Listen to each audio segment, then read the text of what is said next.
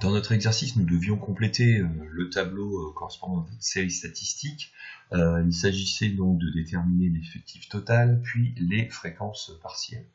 Alors, vous reprenez vos valeurs dans un tableur, et on commence par calculer l'effectif total. Donc l'effectif total, c'est la somme des effectifs partiels.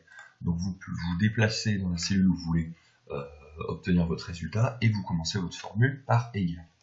Vous voulez une somme, donc vous appelez la commande somme, puis Excel attend en argument les valeurs à additionner. Donc vous sélectionnez votre plage avec le clic gauche de votre souris, voilà, et vous arrêtez bien à B8 et vous validez. Voilà. Et donc Excel calcule l'effectif total.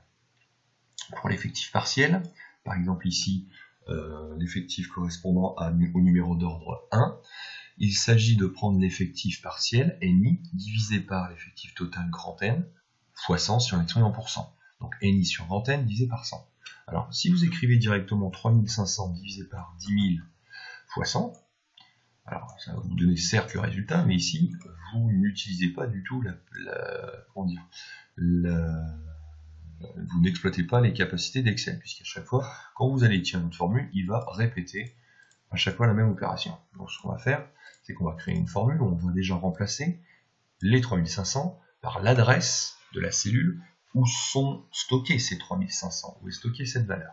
Voilà. Alors certes, on obtient bien le même résultat. Si on étire, effectivement, là, on va avoir les bonnes réponses, puisqu'à chaque fois, la cellule suivante, on va avoir B4 divisé par 10 000 fois 100, B5 divisé par 10 000 fois 100, etc., etc. Le problème, c'est que si je venais à changer ici une valeur, mettons 3000 deviendrait 3200 par exemple, l'effectif total changerait évidemment.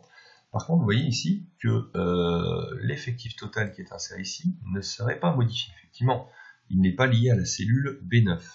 Donc, pour cela, ce que l'on va faire, c'est qu'on va remplacer 10 000 par l'adresse de la cellule où est stocké l'effectif total, B9. Alors, ce qui se passe, si je venais à étirer cette formule, eh bien, j'aurais ici une erreur divisée par 0. Alors, qu'est-ce qui se passe? Ici, on avait B9 divisé par B3 divisé par B9 fois 100, qui deviendrait, ligne suivante, B4 divisé par B10 fois 100. En B10, il n'y a rien. Sous-entendu 0, interprété comme 0. Donc une division par 0, ce qui est évidemment interdit.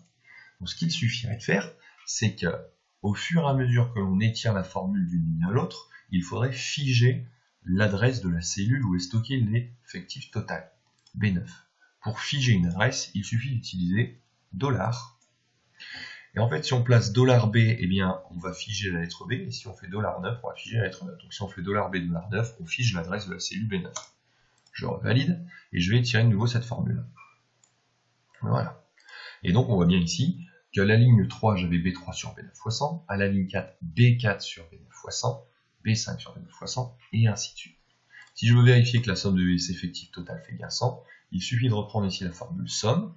Dans la colonne B, c'était la somme de la plage B3 à B8. Si je l'étire vers la colonne C, ça me fera la somme de la plage C3 à C8. Voilà. Et on a bien C3 à C8. Et effectivement, on a bien la valeur 100. À vous de jouer.